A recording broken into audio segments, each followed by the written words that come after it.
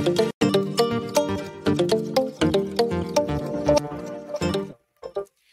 welcome back to my channel. This is Amisar channel, and on this episode we are going to react again to one of the videos I've seen earlier today, and that is none other than the video of Teacher Mark react of him reacting dun sa um feature or commentary ni Attorney Chel Jokno about the budget allocated for the new Senate building na pinapagawa.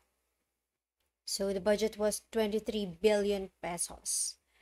And dun kasi sa, while I was watching the video of Teacher Mark Reacts, meron kasing nasabi dun si Sir Chel Jokno, si Attorney Chel Jokno about dun sa project itself, about dun sa money na inalot dun or inallocate dun sa project na yon. And medyo nag-caught ng attention ko yon kanina while I was cooking and watching Teacher Mark Reacts video. So I looked for that video, the source video, and yun yung i-feature natin ngayon or yun yung papanoorin natin. And so let's go right into it. Here, I'm not sure if si Attorney Chel Jokno has a program with DZRH, but or if interview lang to sa kanya, kanina, or yeah, doon sa DZRH. So we are going to react on it. Okay, let's go. Nagpasya nga si Senator Cheese na suspendihin ang construction ng bagong Senate building. Ito'y matapos madiskubre ni Senator Alan Peter Cayetano, ang bagong chair ng Committee on Accounts, ang paglobo ng budget nito. Ayon kay Escudero at Cayetano, mula sa initial na 8.9 billion na budget. Okay. Again, bilang isang maarteng mamamayan, syempre, konti lang din yung knowledge natin or awareness natin about this project or about this building. But last year I know naman na meron ng in the works yung yung pag-construct ng bagong Senate building, because as far as I know, they were just parang borrowing or renting space sa isa sa mga offices, government offices natin here sa Manila. And so, na-discover lang pala nung nagkaroon ng mga refresh or switching ng roles among the senators doon sa Senate. Ngayon nila nakita na merong ganitong issue about this Senate building. And then so with that issue, with that discovery ni Senator Alan Cayetano,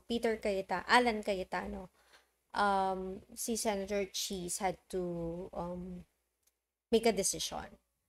So from 8.9 billion initial fund para dito sa construction na to, what does it look like ba? Yan, ganyan yung magiging bagong Senate building. Ilang floors kaya yan?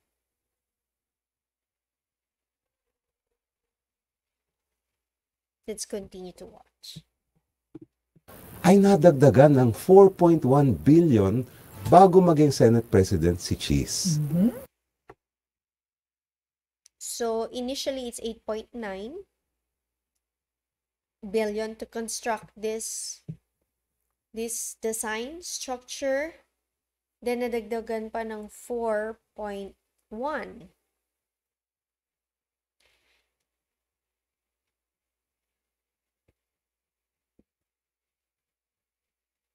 Okay. So, naging 30. Ganyan yung itsura, okay? Nadagdagan. Ba't kaya, ano kayang reason behind the 4.1 billion addition? 'Di ba, increase. And then, after, that was before nagkaroon ng reshuffling sila of roles dun sa Senate. Okay, so nag-increase na siya. Tapos, At ngayon, nangangailangan pa daw ng 10 bilyong piso para makumpleto ang proyekto. Suma total, aabot daw, ito sa 23 billion pesos estimated cost ng bagong Senate building. Grabe. wow! Saan kaya yung location nito? And wait, that's new Senate building.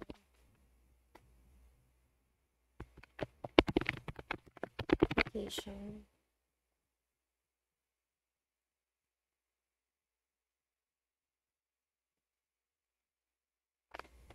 Sa BGC. So, tinatayo siya sa BGC.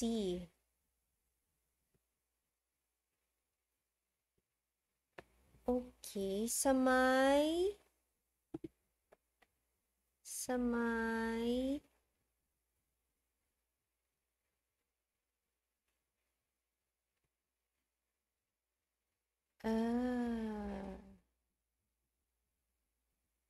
ay, sorry. Sorry, hindi ko pinapakita.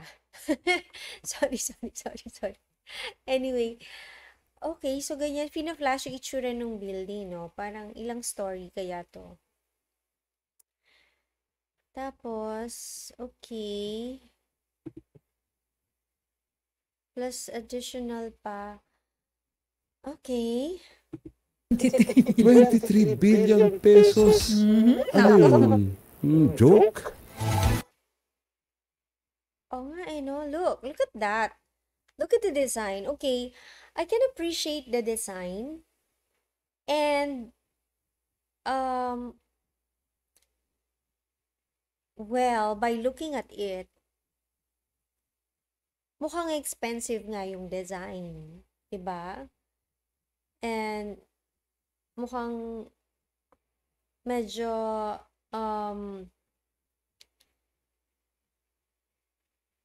construction-wise, although wala akong alam sa construction, mukhang mahirap siyang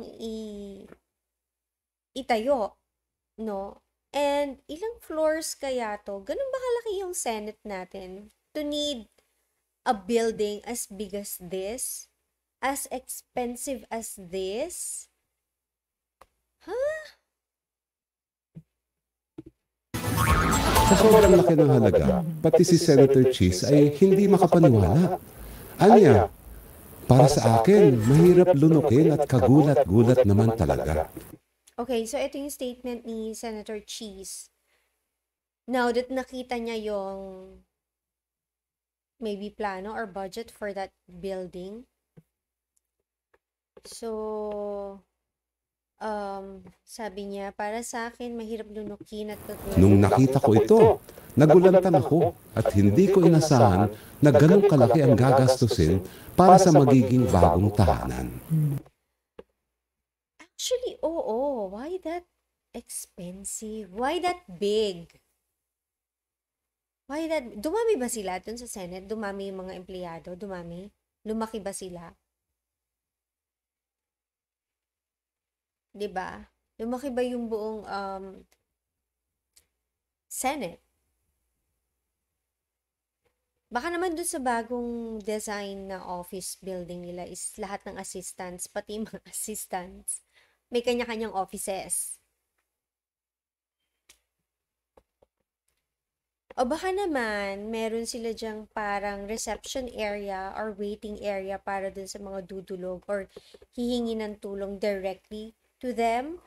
But then again, ganun ba yung ano nila? Yung mandate nila or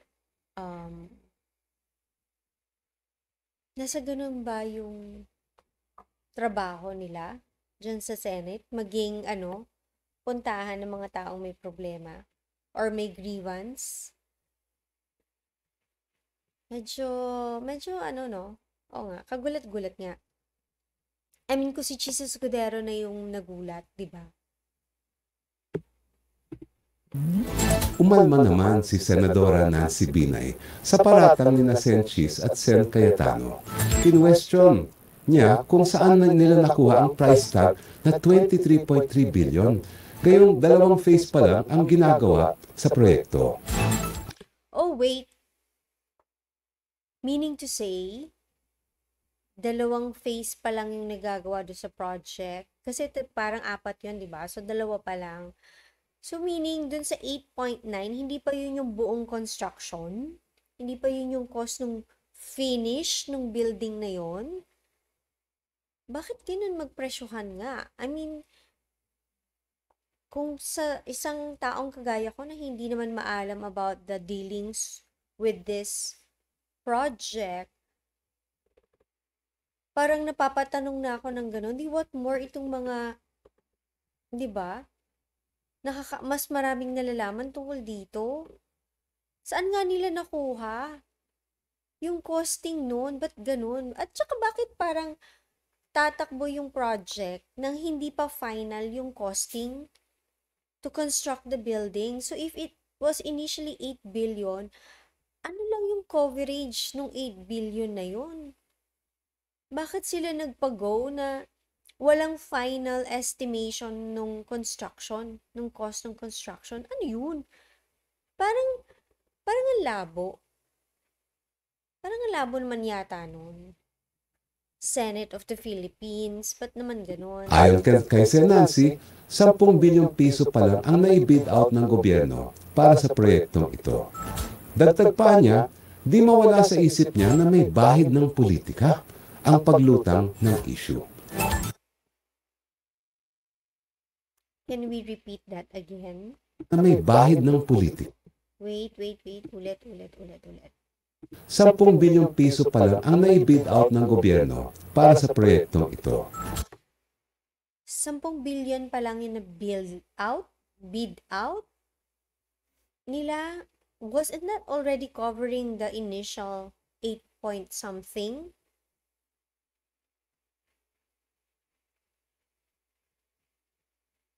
So, ano ba talaga yung cost estimate ng buong construction right from the back? Right from the beginning? I mean, nag-start ba sila niya na hindi pa sila sure dun sa 8.9 na yun yung magiging cost ng building?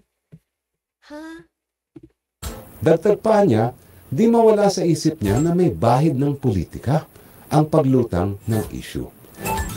Elaine, ano ba talaga ang tunay na halaga? Ito bang issue ay politicking lang o nanggagaling ito sa girian kaya ni na Sen Nancy at Sen Alan Peter? No. Yeah, I'm gonna agree with Attorney Cheljok. No? Anong tinanong ka kung bakit ganun yung naging costing ng building tapos sasabihin mo pamumuliti ka? Like, saan galing yun? It's a simple question na what? Dun sa 8.9, hindi pa sure yun na yun yung final cost ng building. Then why proceed with it? Why push for it? Na hindi mo alam kung magkano yung total cost ng project. Ano yun? Sa mga taong nagpapagawa ng bahay or building or any type of construction, di ba bago ka mag-proceed dyan, kailangan may final? At least you know the final cost or final worth of what you're building. Tapos ano to? Senate building, ganun kagarbo yung design. Walang final cost. Tapos pag tinatanong, sasabihin pamumuliti ka? Ano yun? Ako? Pero teka, bago ang lahat, bakit nga ba magpapatayo ng bagong Senate building? Ang katwiran ng nooy senador na si Ping Lacson, siya ang sponsor ng resolution sa pagtatayo ng bagong Senate building, ito ay para makatipid ang gobyerno. Umuupa lang kasi ang Senado sa GSIS building at Okay. So, sa GSIS building pala sila umuupa. nakikishare ng space. Why? Ano nangyari dun sa dati nilang Senate building? Nangyari doon sa dating office? Umabot sa 2.24 billion ang binayad ng upa mula 1996 hanggang 2017. Katumbas ito ng average na 127 million na upa kada taon. Pero Okay, so umuupa sila sa GSI. alam nyo, may simpleng tanong po ako. Nalulugi ba ang gobyerno sa upa na binabayaran ng Senado sa GSIS? Maaring malugi ang pamahalaan kung nirerenta nila yan sa pribadong kumpanya. Pero hindi naman ganun ang sitwasyon eh. Yes. So parang umikot lang yung pera, di ba?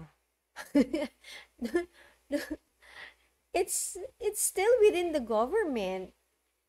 So pumapasa lang yung ano, yung nirerenta nila, yung bayad for the space. So saan banda dun yung para makatipid? Parang technically wala namang nagagastos kasi lumilipat lang din sa government yung rent. Gobyerno din naman ang GSIS. Pero sige, okay, fine. Sige na lang, tanggapin natin na ang layunin ng paggawa ng bagong Senate building ay makatipid ang gobyerno. Okay, sige, pagbigyan. Napakalumanay magsalita ni sir. Napakalumanay, no? But yeah, let's continue. Babalik tayo sa tanong, paano siya umabot sa estimated 23 billion pesos kung totoo nga ang sinasabi nila Sen. Chis at Sen. Alan Peter? 8.9 billion ang initial cost. Pero, kamukat-mukat mo, ayon sa mga report, ang 8.9 billion na yan ay para lang sa tinatawag na core and shell. Kumbaga,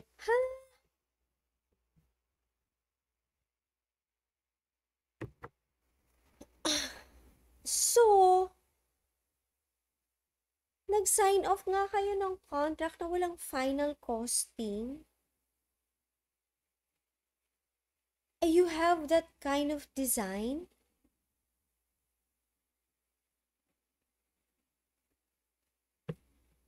sa bahay, pader lang at bubong ang katumbas ng Okay, let's go back.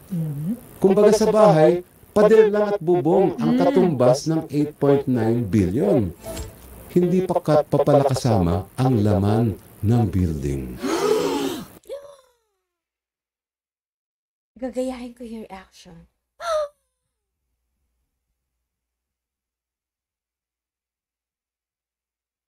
Oh my God. Question number 1 sa Senate. Do you really need that big of a building? Yung tanong ko din kanina, dumami ba kayo? Dumami kayo dyan? Sa Senate, na kailangan nyo ng ganito kalaking space, ganito kalaking building, at ganito kalaking kagarbong building. Nakalimutan nyo ba? Or nakakalimutan nyo ba na third world country tayo? Okay, given, I know, and I understand, those engineers or those architects and designers might want to, show their excellence, show or gusto nilang ipagmayabang yung galing nila sa pagde-design. Kasi bragging rights yan, di ba? For those architect or kung sino man yung contractor building this or yung nag-design nitong building nito, of course, bragging rights nyo yan. I just hope Filipino yung nag-design yan because wala nga akong alam about this, But I just hope Filipino yung mga architects or yung nag-design nitong buong complex na to. It's already a complex. It's not like an office building. Ano ba yan? May leisure and entertainment portion ba kayo dyan? Or section ba kayo dyan? Lifestyle area dyan? Sa Senate? Para kayong resort? Parang casino? Diba? I mean, do we really need this kind of Senate building? Yes, we want to showcase sa ibang culture or ibang countries na we have the best designers, the best engineers in the country. But is this something that the government needs? Medyo ano siya no? Talagang luho na lumalabas. I mean, are you trying, okay, dun sa mga nag-push ng project na to, pwede kong isipin na parang gusto nyong magkaroon ng isang structure, yung Philippines or yung government natin, na pwede nyong ipagmalaki sa ibang bansa. You can brag about it. That's fine. I understand that. I get that. But then, you people might be forgetting that we are a third world country. And so, yung mga ganitong klaseng expenses is coming off as luho or luxury na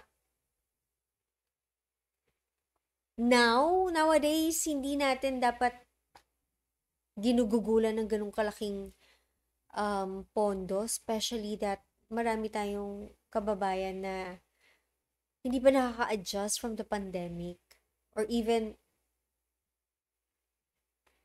in general, mahirap pa rin yung mga majority ng mga kababayan natin. Ang dami pa rin nabubuhay sa poverty line dito sa country natin. Are you trying to be like Russia na merong mga structures na talagang magagara? Ang tagal-tagal na nilang merong ganun eh. And from history pa lang nila, mayaman na yung country nila, kaya afford nilang gumawa ng mga ganung-ganung klase. But us, diba? I mean, may ganyan. Magkakaroon nga tayo ng ganyang Senate building, para namang circus kayo dyan sa Senate. So, hindi siya ka-proud. Hindi siya magiging nakaka-proud. Knowing yung mga quality ng mga nangyayari dyan sa Senate, sa inyo. And the quality of the batch of senators na meron tayo ngayon. Parang hindi kayo worthy or worth it ng gagastusin dyan sa structure na yun, sa building na yan. Ano ba yan? Nakakaloka. Okay, attorney, continue. Ayon rin sa mga report, naglaan daw ang Senado ng halos 2.4 billion para sa finishing. Kabilang na dito yung mga pintuan, bintana at tiles.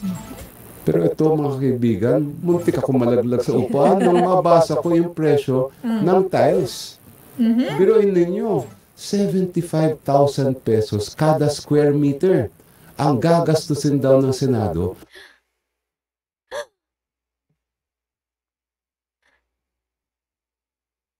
At talagang balak yung maglagay ng ginto dyan, no? So, gusto nyo talaga maging parang Russia, na meron silang mga structure made of gold or something. Para namang,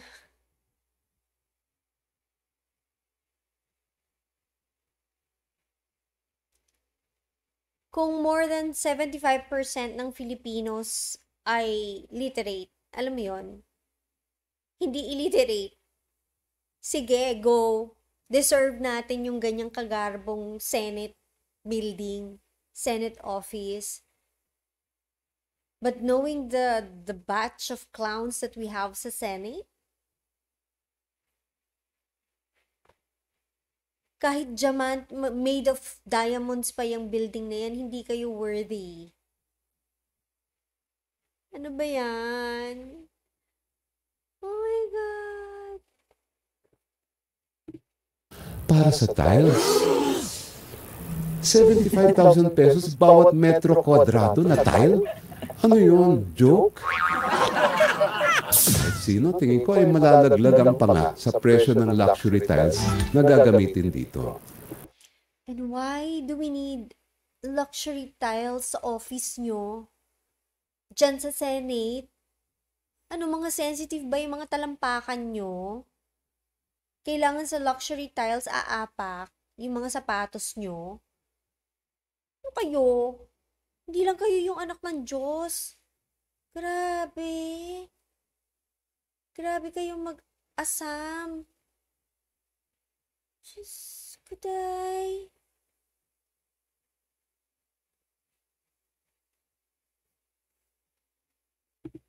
Saan pa kaya gawa ang tiles na yan? Mas matibay ba yan sa ating world-class na Romblon marble na di hamak na mas mura? Ngayon, sinasabi pa na kailangan pa ng dagdag na 10 billion para makompleto ang building.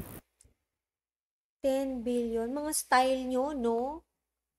Mga style nyo. Nag-proceed kayo ng project na yan. 8.9. Kalansay pa lang pala yun. Again, kailangan nyo ba ng ganyang kalaking building? Sus naman, parang ang gagaling nyo dyan sa Senate, ha?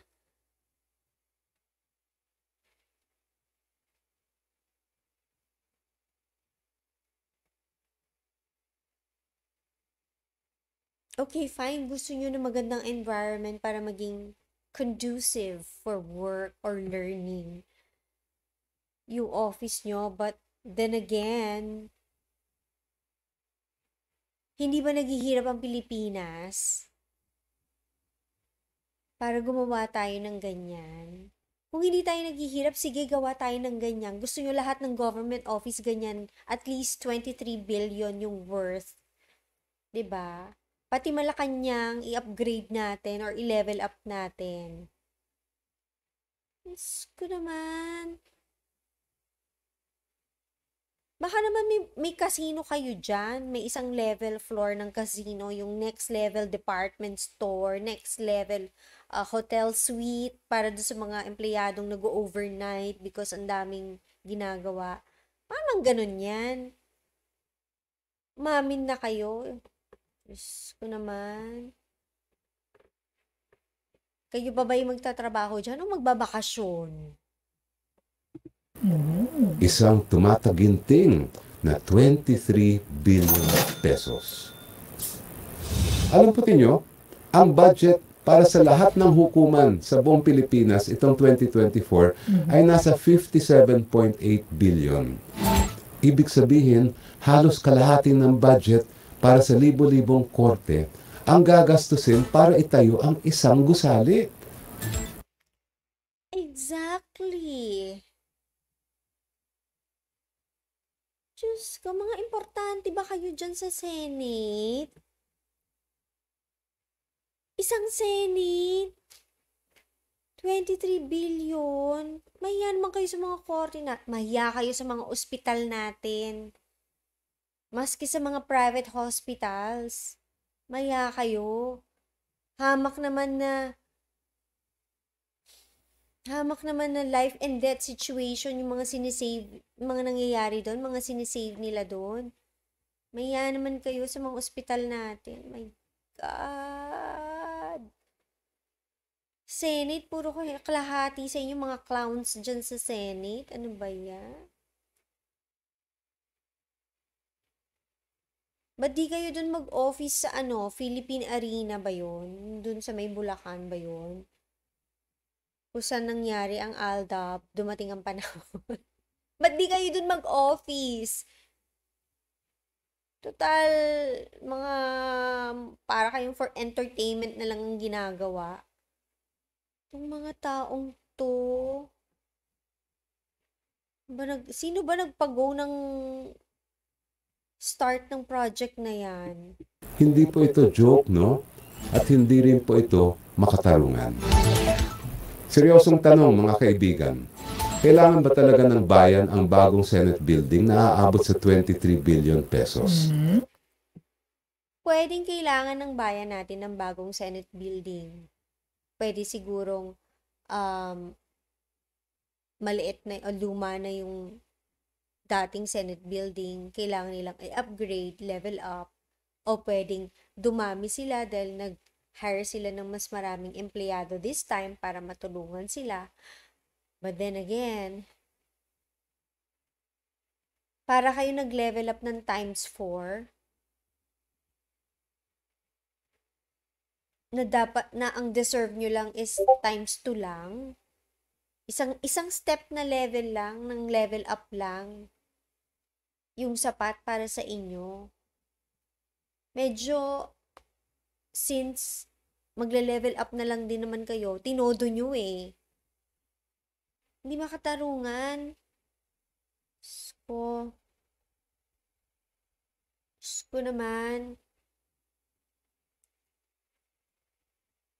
Yung nag-design ng office nyo, yung architects and engineers na involved dyan,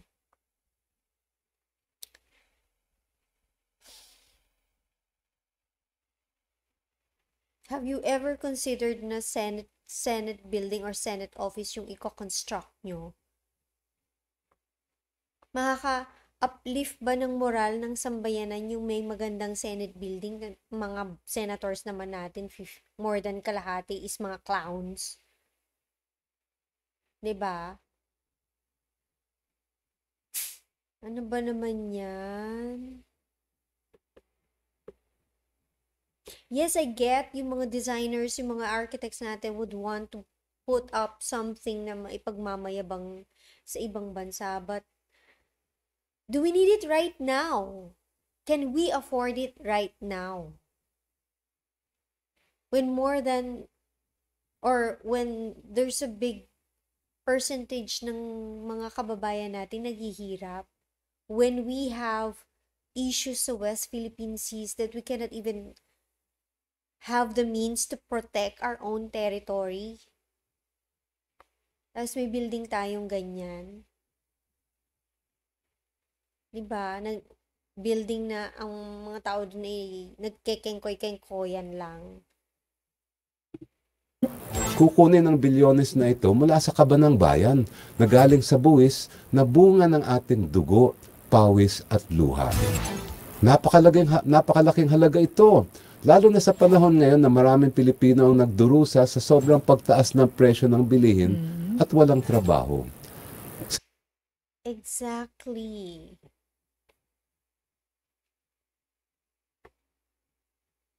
That has been the problem ng Philippines ng bansa natin Like forever problem na nga yan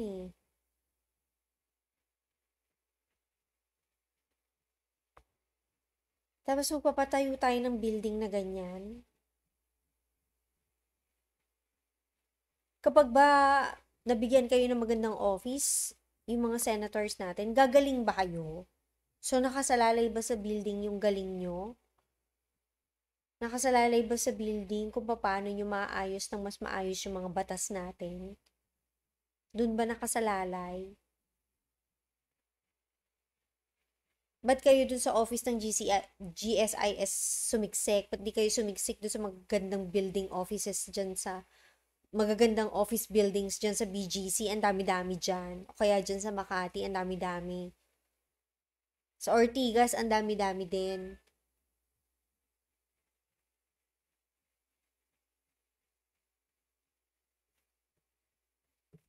Nakakagigil tong mga to.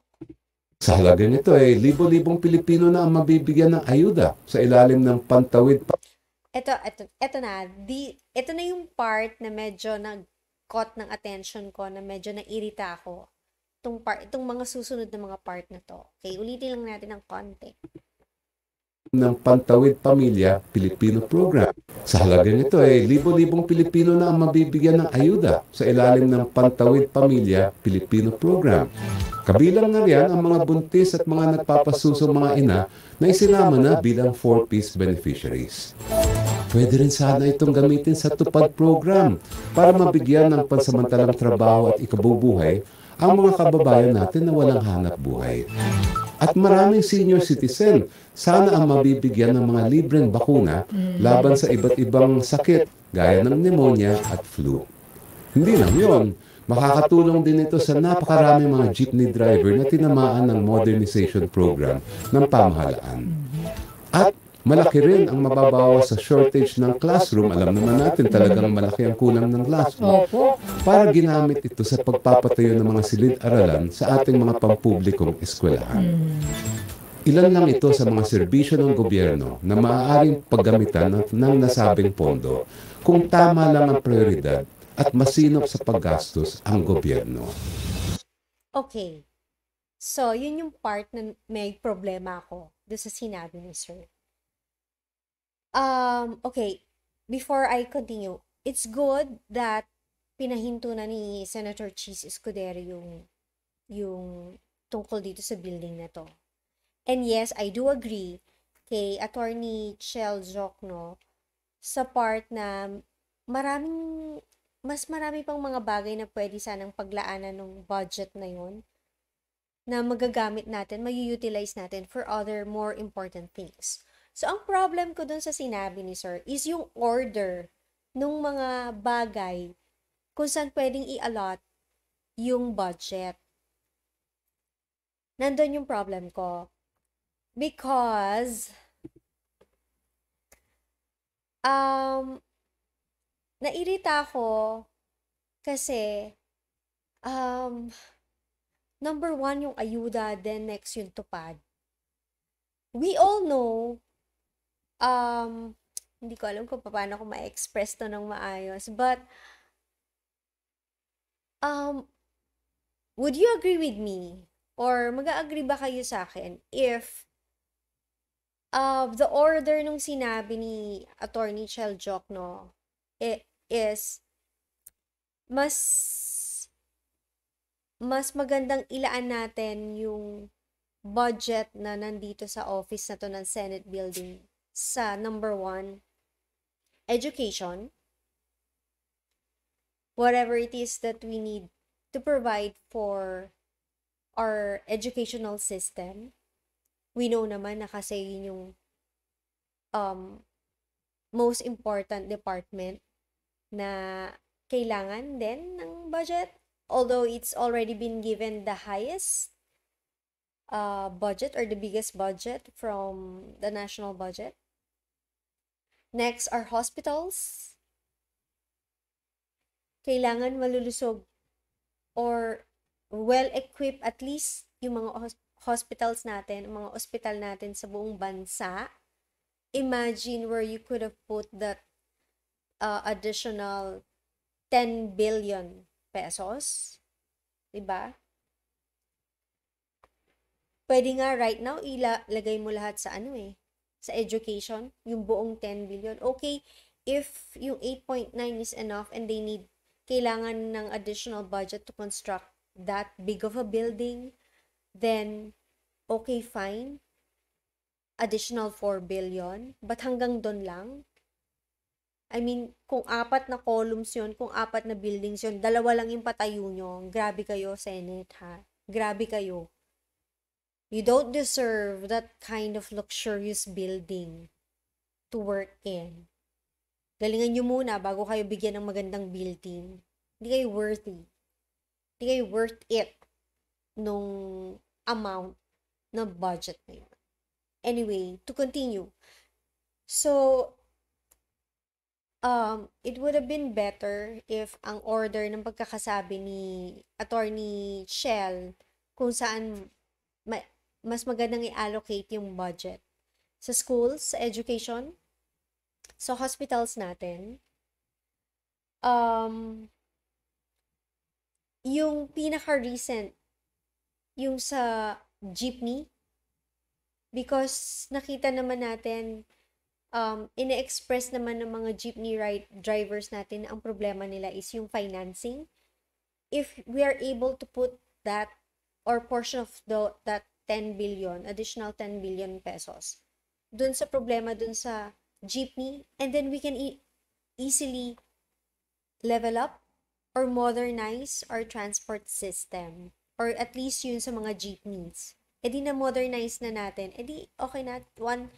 One box check na tayo dun sa mga gusto nating i-improve as a nation. Diba? And then, the seniors. Hanggang doon lang sa 4. Why I don't like na dagdagan pa ng pondo yung iaalat sa ayuda and do sa tupad. Because for me, personally, I think those two encourages laziness sa mga kababayan natin.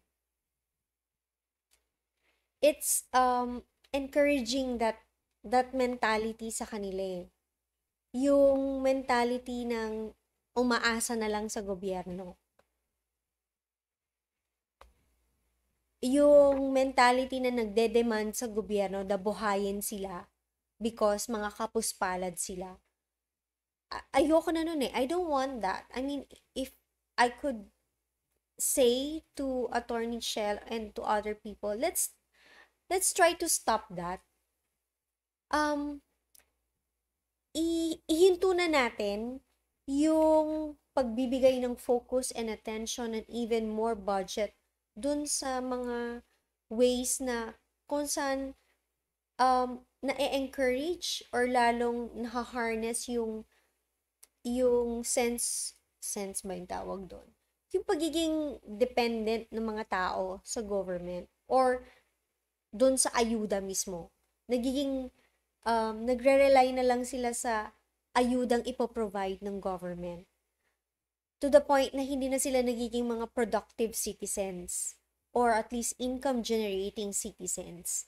Wala na eh. Mas dumadami kasi sila dahil alam nilang mas may makukuha sila or lumalaki yung nakukuha nila from the government. Which is dapat baliktad, lumalaki dapat or dumadami dapat yung benefits na nakukuha from yung mga services na pinoprovide ng government. Hindi yung financial assistance na binibigay ng government. Gets nyo ba? I hope I'm explaining myself clearly. Na i-discourage natin yon. Umaasa na lang kasi sila dun sa dalawa na yun eh, sa ayuda and sa tupad.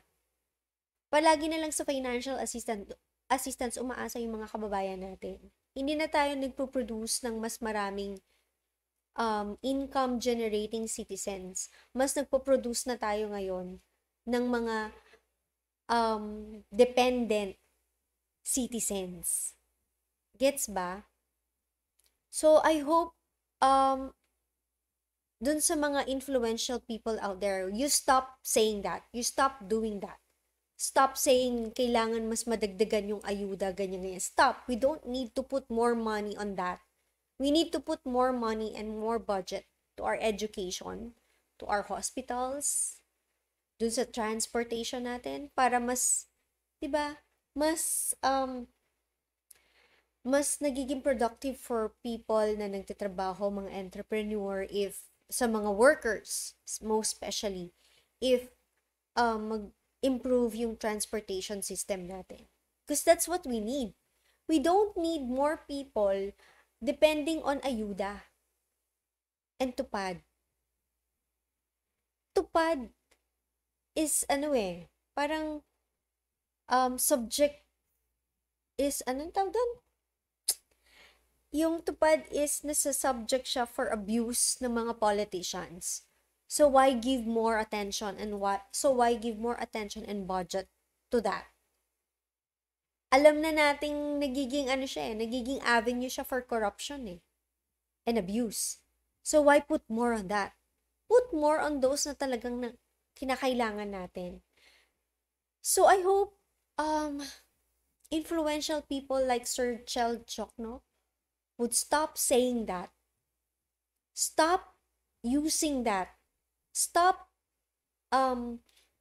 putting into the minds of the mass na nadadagdagan yung ayuda. No. It should be nalelesen so that people will be pushed to work, to find work. Kasi alam nila when they work, they gain more. 'Di ba? Kasi, look, if you improve on the education system, you improve on our hospitals, kokonti yung mga citizens natin na hindi makapagtrabaho because gumagaling yung mga taong bayan. Sa education system, mas maraming tao yung ma-attract mag-aral, 'di ba? Or mag-pursue ng learning, ng studies, ng education because we have the facilities. We have the equipment, the tools sa mga schools natin. Especially yung mga, let's say, ang kailangan natin, level up or improvement sa education pagdating sa agriculture. So put more budget on that. And then, yung sa mga hospitals nga natin, para mas maraming taong gumagaling, mas maraming taong nagiging healthy, so mas maraming tao yung mga nagiging income-generating citizens. That's what we need to shift yung mentality natin, yung focus natin, yung attention natin, and yung goal setting natin, i-shift natin. Naiirita talaga ako when I heard it. Talagang, okay na eh. Okay na yung sinasabi ni Sir Chelle. But then again, I think he's got some, I hope I'm wrong, na meron siyang political ambition, but trying to use that again para lang maka-appeal sa masa natin, it's not doing us any good. For how long na ba tayong nagbibigay ng financial assistance na lang palagi sa mga mahihirap? And yet, dumadami lang sila ng dumadami. It's because it's the easier way. It's the easier way for them. 'Di ba? If you come to think about it, it's the easier way. It's the easier route. So, um, I hope na I made myself clear. And ano pa ba? Yun nga, parang if, let's say, nagkakaroon tayo ng mas magandang mga school facilities, school equipment, meron tayong mga, let's say, school or labs for people na may talent and skills sa chemistry or whatever, mas makakapursue sila ng education sa ganon, di mas mapupush silang mag-aral, di ba? Mas magpupush silang mag-avail ng scholarship because they know meron tayong equipment, meron tayong tools, meron tayong curriculum, meron tayong professors, mentors, instructors dun sa mga field of studies na pwede nating i-offer sa education natin, di ba? So, yun lang, okay na sana ako kay Sir Chelle. Basta, medyo yun lang medyo talagang, na ano lang ako dun sa order niya na unang-una, lipat sa ayuda and tupad. Huwag nating palakihin yon, please. Please, if I could say to somebody na mas pwedeng mas i-magnify pa yung gusto kong message, please, huwag nating let's not put into people's mind or sa utak ng mga tao na pag may mga ganitong misappropriation ng mga budget, dapat sana yun napupunta na sa ayuda or what. No! For anything, dapat napupunta sa education natin, sa health natin. At least those two. And then everything else will follow. Diba? Mag-improve na lahat. Yun Yun yung kailangan natin. Hindi natin kailangan ng ayuda. Oh my God. I know, yung mga kababayan natin na nasa marginalized sector or yung mga sinasabing nasa mga laylayan, I know yan yung mga inaasahan nyo. But then again, see, yun na lang ang inaasahan nyo. How about asahan nyo yung sarili nyong maging productive kayo? 'Di ba? Kasi kailangan din kayo ng Pilipinas na maging productive kayo. Hindi yung aasa lang kayo sa gobyerno. 'Di ba? So, yun lang. That's all I can say about this. I hope you learned something. If you reach this point, thank you for watching my video. Thank you for spending almost an hour of your time listening to me. Listening to ano yung gusto kong sabihin with all my kaartehan and how I say it. But I hope I've said something na can move you, or at least um um make you change your mind or something. Ganon. Basta, sana lang magkaroon ng konting pitik yung sinabi ko about this. Yun. Again, thank you for watching.